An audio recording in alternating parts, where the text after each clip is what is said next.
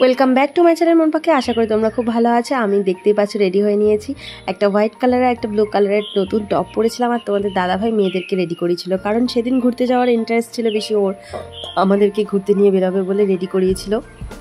But আমি জানতাম না কোথায় নিয়ে যাচ্ছে। আমি হয়তো ভেবেছিলাম আমাদেরকে নিয়ে যাচ্ছে কোনো একটা রেস্টুরেন্টে, কারণ নেক্সট দিনটা ছিল আমাদের একটা স্পেশাল দিন, আর সেদিন ছিল 29শে জুন। তো তারপর নিয়ে গেল আমার বান্ধবীর বাড়িতে। আমি সত্যি খুব সারপ্রাইজড হয়েছিলাম। ও আমার বান্ধবীর সাথে প্ল্যানিং করে আমার বার্থডেটা সেলিব্রেশন করবে বলে ঠিক করেছিল, তো আমি জানতাম না। যাই হোক, এটা ছিল আমার কাছ থেকে সবথেকে বড় পাওনা, কারণ প্রায় 7 বছর পরে ওর সাথে আমার এইরকমভাবে আড্ডা মারা হয়। কারণ দেখা হয়েছিল হয়তো ওর বিয়ের রিসেপশন, আমার বিয়ে, বা ওর ছেলের রাইস সেরিমনি, এরকম কোনো অনুষ্ঠান ছাড়া আমাদের আর আড্ডা মারা হয়নি।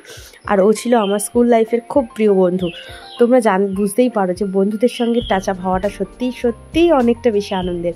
আর তারপরে এত সুন্দর একটা মুহূর্ত যে আমরা সবাই একসাথে কেক কেটেছিলাম, এটা আমার কাছে সবথেকে বড় পাওনা।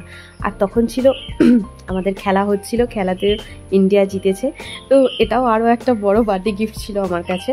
তো জোরদার হাততালি আর জোরদার এক্সপ্রেশন, খুব খুব খুব মজা হয়েছিল রাত্রেবেলায়। তারপর আমাদের মেয়েদেরকে দিয়েছিল পাস্তা, মেয়েরা পাস্তা খেয়ে নিল। আর আমাদের রাতের ডিনারেও অনেক কিছু অ্যারেঞ্জমেন্ট করেছিল, রুমালি রুটি, বাটার চিকেন, ভেটকি মাছের ফ্রাই করেছিল, আমুদি মাছ, আর তোমার স্যালাড দিয়েছিল, আর সাথে ছিল রাবড়ি। আইসক্রিমটাও ছিল, আইসক্রিমটা সত্যি কথা ভিডিও তোলা হয়নি।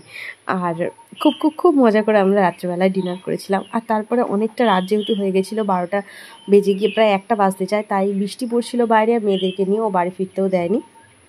আর এতদিন পরে দেখা, ওফ, নাইট স্টে করা, 2 বন্ধু একসাথে ঘুমিয়েছিলাম, খুব খুব মজাই না হয়েছিল। পরের দিন সকালবেলা উঠে রেডি হয়ে নিলাম, কারণ বাড়ি ফিরতে হবে, আসতে তো দেবেই না পরের দিন যেহেতু আমার বার্থডে ছিল।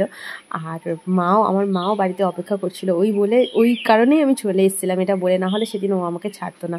কাকিমা ওদিকে ব্রেকফাস্টে অনেক কিছু করে দিয়েছিল, খেয়ে দিয়ে আমরা ঝটপট বেরিয়ে পড়লাম। তো চলো বন্ধুরা, তোমাদের ভিডিওটা কেমন লেগেছে তোমরা কিন্তু অবশ্যই জানিও, লাইক কমেন্ট শেয়ার।